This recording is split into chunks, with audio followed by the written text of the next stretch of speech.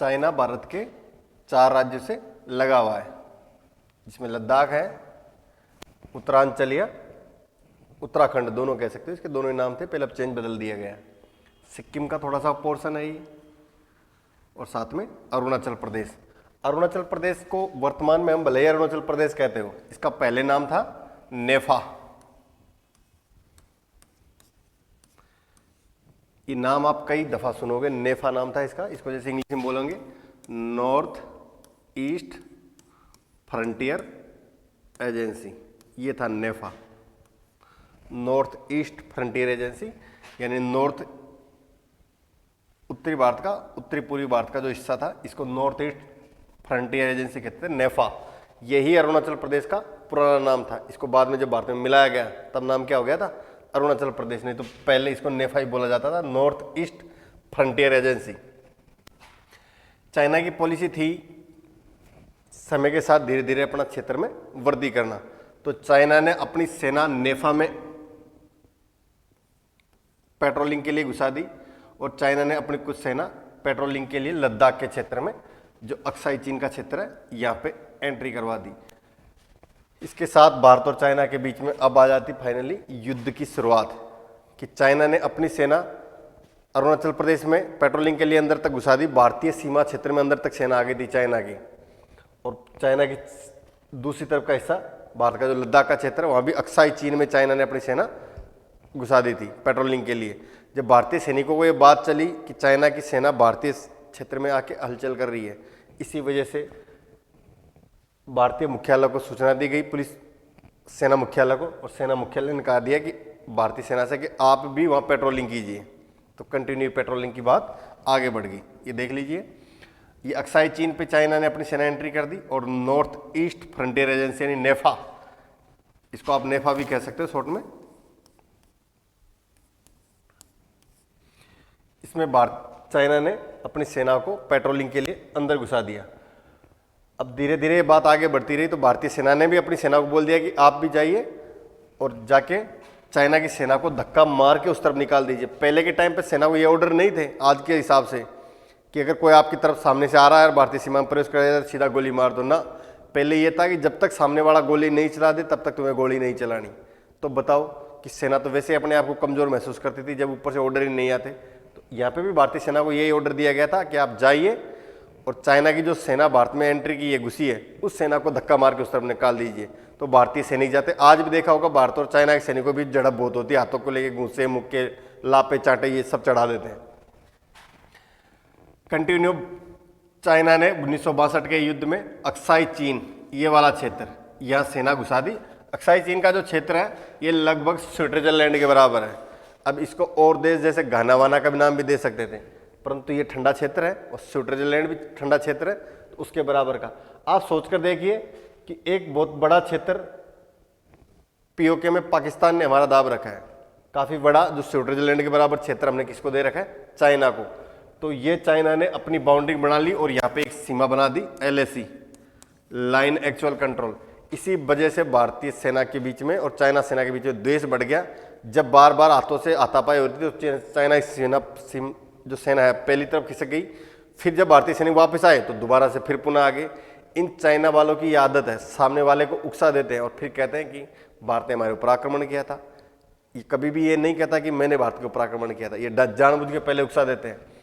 वही तानातानी हुई और ये अक्साई चीन का क्षेत्र चाइना के राष्ट्रपति ने भारत के प्रधानमंत्री पंडित जवाहरलाल नेहरू के पास एक बात भी रखी थी कि चाइना के सैनिकों को अरुणाचल प्रदेश के क्षेत्र में भारतीय सेना ने बहुत ज़्यादा दूर तक धको दिया था और चाइना के आधे सैनिक इस तरफ आ गए थे। अब सेना का अनुपात भी यहाँ थोड़ा अजीब था कि देख लीजिए 60,000 तो चाइना की सेना थी और इसके अनुपात में भारत की सेना थी 10,000 यानी 10,000 सेना। ये चाइना की सेना थी और इधर जो सेना थी ये भारत की थी। ये 10,000 सैनिक 60,000 सैनिकों का मुकाबला करे ये संभव नहीं है, परंतु फिर भी भारत के जाबाज सैनिक, आप इन सैनिकों को देख लीजिए। ये चाइना के सैनिक बार बार अंदर आते थे, फिर पुनः बार बार बाहर चले जाते थे। जैसे भारतीय सेना गई जाके धक्के दे दिए, तू उधर रह, तेरा क्षेत्र वहां तक है और ये क्षेत्र हमारा है। भारत ने कई बार चाइना के साथ अपनी सीमा को बराबर करने की बात कही है कि हमारी जो सीमा है अरुणाचल प्रदेश के क्षेत्र में, आप एक बार यहाँ वापस देख लीजिए, ये जो नॉर्थ ईस्ट ये काफ़ी कटा पटा सा भाग है, तो ये जो एरिया है भारत का यहाँ टच हो रहा है। इस क्षेत्र के लिए देखो 3 तरीके के विचार दिए गए थे। अगर कोई पहाड़ी क्षेत्र है जो ऊंचाई से जा रहा, तो कह दिया भारत के प्रधानमंत्री ने कि ऊंचाई के वाले क्षेत्रों को एक साथ बांट लीजिए, कि ऊंचाई के पहली तरफ का क्षेत्र रह जाएगा चीन का, और ऊंचाई को ही बाउंड्रिंग मान लीजिए, और इधर ऊंचाई की पहाड़ियों की इधर इधर का क्षेत्र रह जाएगा भारत का।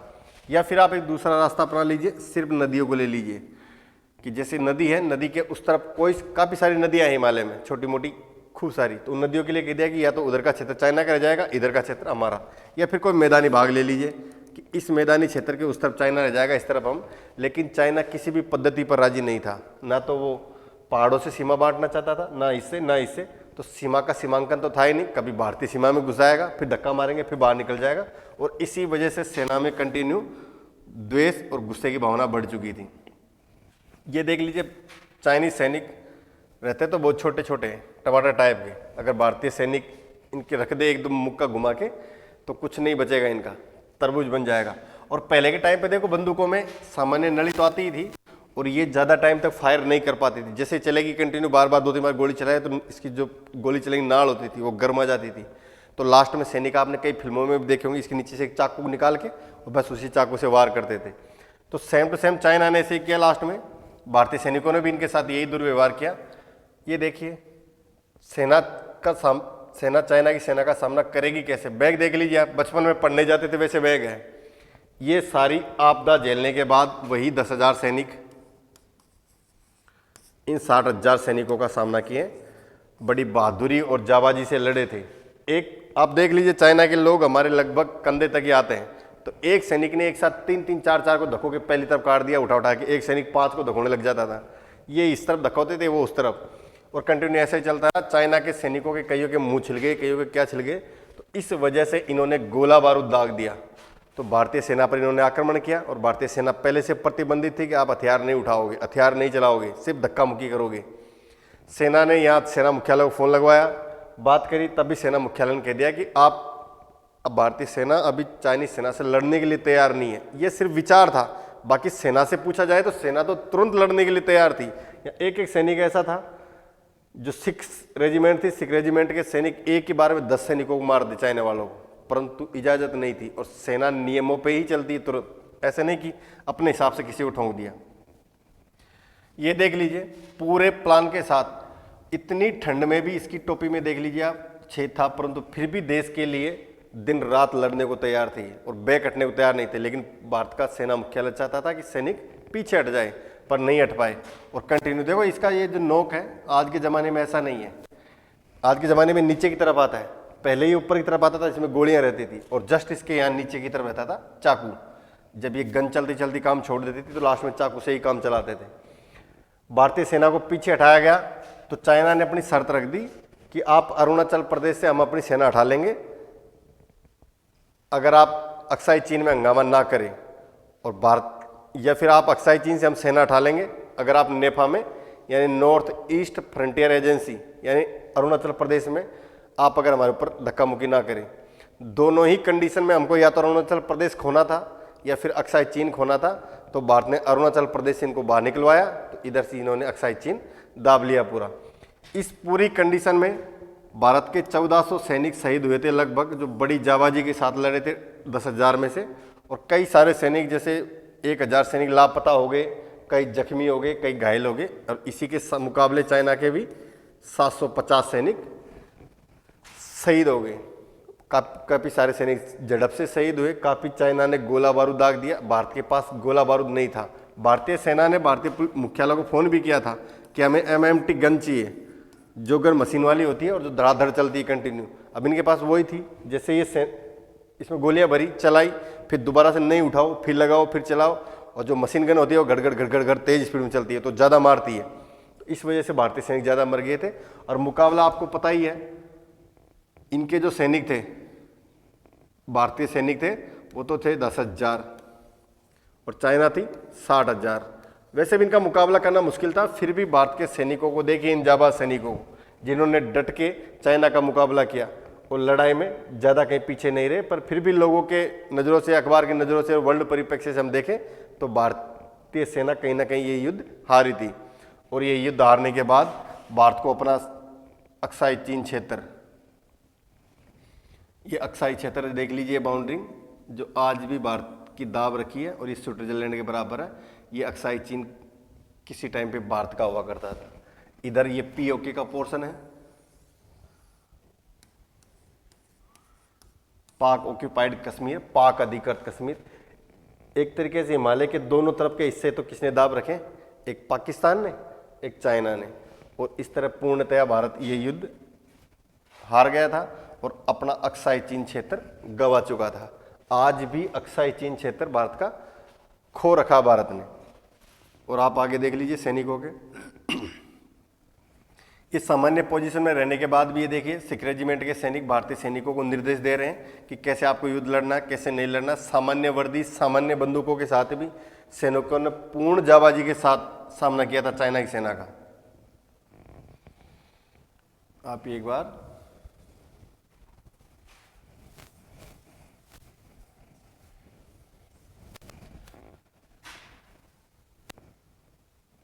नॉर्मली यहाँ पेट्रोलिंग करना, जैसे भारतीय सेना के ऊपर गोला बारूद आके गिरने लगा, गोला छोड़ दिए, बारूद लगा दिए, जमीन में जगह जगह बम छुपा दिए। इससे भारतीय सेना बहुत ज़्यादा परेशान थी, जिधर भी जाते उधर ही बम फट जाता था। और ये क्षेत्र ऐसा है बिल्कुल सुनसान इलाका, ठंडा प्रदेश, ये देखिए जोखिम भरा। ये इस तरीके के क्षेत्र से सेना को जाना पड़ता था, जंगल एकदम से। अब जाएगी ऐसी स्थिति में सेना, फिर भी ये सैनिक अपने देश के मान सम्मान और नागरिकों की सेवा के लिए कोई सा भी रास्ता हो, जंगल का हो, पहाड़ी इलाका हो, कोई सा भी इलाका हो, उसमें जाने के लिए तैयार थे। आज के टाइम पे तो बाकायदा स्ट्रॉन्ग हेलमेट का जैसा सिर्फ ढकने का आता है। पहले के टाइम पे देख लीजिए, एक तरीके से लग रहा है कि जैसे टोपाई हो सामान्य तो। और यहाँ कड़ाके की सर्दी बहुत ज़्यादा, फिर भी सैनिकों ने जाबाजी के साथ काम किया था। यहाँ सबसे बड़ी प्रॉब्लम थी कि चाइना की सेना ने भी अपनी एयरफोर्स को यूज नहीं लिया था, उपयोग नहीं लिया था, और भारतीय सेना ने भी अपनी एयरफोर्स को यूज नहीं लिया था। कारण ये था कि यहाँ कोई बड़ा रनवे नहीं था, क्योंकि पूरा पहाड़ी जंगली इलाका है, और ना ही कोई रनवे था, ना सेना को कंट्रोलिंग व्यवस्था थी। उस जमाने के हिसाब से टेक्नोलॉजी इतनी एडवांस नहीं थी, तो दोनों ही सेनाओं की सिर्फ थल सेनाओं ने ही लड़ाई लड़ी थी। इसमें कभी पूछ लिया जाए तो एयरफोर्स और नेवल दोनों एजेंसी आपस में एक दूसरे देश की नहीं लड़ी थी। नेक्स्ट देख लीजिए, सैनिकों का साहस बढ़ाने के लिए, इनको आप जानते ही होंगे, किसी से छुपे नहीं है, भारत के प्रथम प्रधानमंत्री पंडित जवाहरलाल नेहरू, जिन्होंने सैनिकों का साहस बढ़ाया और उनको शुभकामनाएं दी युद्ध के पश्चात। ऐसे ऐसे हालातों में रहते थे। बंकर देख लीजिए, आज बंकर छपता है पूरा अच्छी तरीके से पैक होके, जिसमें सर्दी ना लगे। ये सामान्य लकड़ी है, ये बंकर बना रखा है पत्थरों का, जैसे भी काट पीट के, और सामान्य लकड़ी रख के, और इसमें सैनिक रहते हैं। ऐसे हालातों में सैनिक को यहाँ दो पोजीशन से लड़ना होता था, हालातों से, वहाँ की जलवायु से, और साथ में हथियारों की कमी से। इसके बावजूद एक तरीके से सैनिक तो ऑलरेडी कमजोर रहता था, फिर भी भारतीय सैनिकों में जाबाजी देखिए आप, कि चाइना का डट के सामना किया था।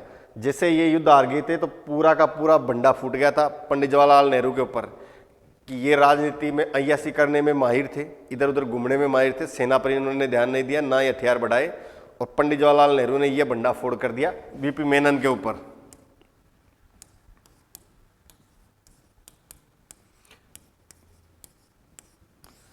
उस टाइम पे रक्षा मंत्रालय वीपी मेनन को दे रखा था, और एक थे पंडित नेहरू। जब इन पे आफत आई तो इन्होंने इस पे टाल दी, और जब इसको पता लगा कि ये सारी आफत मेरी वजह से क्रिएट हुई है, भारत आज ये युद्ध हार गया, तो वीपी मेनन ने अपने पद से इस्तीफा दे दिया। सॉरी, ये चाइना वालों को देख लीजिए, इतने दुर्गम रास्ते थे कि पहुंचना मुश्किल था, हथियार पहुंचाए नहीं जा सकते थे। जैसे गाड़ी में हथियार भर के लाए, गाड़ी बंद हो गई, रसद सामग्री नहीं पहुंचती थी, खाने का सामान नहीं था। भारतीय सैनिक 15-15, 20-20 दिन तक प्यासे रहते थे, खाना नहीं मिलता था। पानी मिल गया तो पानी का तो यहाँ बर्फ किला क्षेत्र था, तो बर्फ पानी तो मिल जाता था, पर रसद सामग्री नहीं पहुंच पाती थी। ये सैनिक जोर लगा के देख लीजिए, पूरी हिम्मत के साथ गाड़ी को खींच रहे, माल ऊपर पहुंचा रहे, इसलिए ये पेट्रोलिंग कर पाते थे। और भारतीय सेना इस जगह पेट्रोलिंग नहीं कर पाती थी। और आप लास्ट ये देख लीजिए पंडित नेहरू के बारे में, जिनकी वजह से देश ये युद्ध हार गया। आपको एक कलंक दिखा देते हैं। वैसे भी ये युद्ध पूरा का पूरा पंडित के जीवन में कलंक ही कहलाता है। पंडित नेहरू जी कहते हैं, आपने इनके बारे में सुना होगा, वर्तमान के परिप्रेक्ष्य से देखा जाए तो ये कांग्रेस के व्यक्ति थे और आज की भाजपा पार्टी, भाजपा के लोग इनकी खूब बुराई करते हैं क्योंकि इसने काम ऐसा ही किया था। ये उस टाइम पे भी रईस आदमी था। सुनिए ये क्या कहता है कि मैं अपने आप को क्या मानता हूं, मैं शिक्षा से तो ईसाई हूं। एजुकेशन से अपने आप को क्या मानते थे कि मैं ईसाई हूं, संस्कृति से मैं मुस्लिम और दुर्भाग्य से मैं हिंदू हूं। अब बता दीजिए आप, इनकी औलाद हुई पंडित जवाहरलाल नेहरू की लड़की थी इंदिरा गांधी, इंदिरा गांधी की औलाद थी राजीव गांधी, संजय गांधी, और वही राजीव गांधी की का बेटा है राहुल गांधी जो अपने आप को हिंदू मानता है। सोनिया गांधी अपने आप को हिंदू मानते हैं। आप बता दीजिए किस हिसाब से ये हिंदू है। जवाहरलाल नेहरू का ये खुद का कथन है, इसने कहा था कि मैं शिक्षा से तो ईसाई हूँ, संस्कृति से मैं मुस्लिम और दुर्भाग्य से मैं हिंदू हूँ। ये अपने आप को हिंदू मानता ही नहीं था। आगे सुनिए, पंडित जवाहरलाल नेहरू बड़े गर्व के साथ कहा करते थे, ये कहता था अपने आप के लिए कि मुसलमानों का तो क्या होना चाहिए, भोजन, और हिंदुओं की रसोई में पका होना चाहिए। मुसलमान नॉनवेज खाते हैं, यानी नॉनवेज यानी कि मांस, मुर्गा, मच्छी जो भी है वो भोजन हिंदुओं की रसोई में पका हुआ होना चाहिए। अंग्रेजों की खाने की मेज हो, जिस टेबल पर ये बैठकर खाए वो मेज किसकी हो, अंग्रेजों की, ईसाइयों की। बस अगर ये तीनों चीजें एक साथ मिल जाए तो मैं ऐसा महसूस करता हूं जैसे मैं जन्नत में भोजन कर रहा हूं। ऐसे ऐसे नालायक प्रधानमंत्री हुए भारत में। अब आप समझ लीजिए कि देश के हालात क्या रहे होंगे। मतलब इसको सब चीजें वीआईपी चाहिए। कितनी बुरी बात कही होगी इसने, और फिर भी ये लोग देश के प्रधानमंत्री बन के बैठे थे। मुसलमानों का भोजन हो, हिंदुओं की रसोई में बना हुआ हो, अंग्रेजों के खाने की मेज हो, अगर ये तीनों चीज इसको मिल जाए तो ये ऐसा महसूस करता था जैसे जन्नत में खाना खा रहा हो। मरते टाइम नेहरू जी के शरीर में इतने कीड़े पड़ गए थे कि जिस डॉक्टर ने इनका इलाज किया था उसने वर्णन किया था कि इनके शरीर से काफ़ी लंबी लंबी लटें पड़ गई थी मरते वक्त।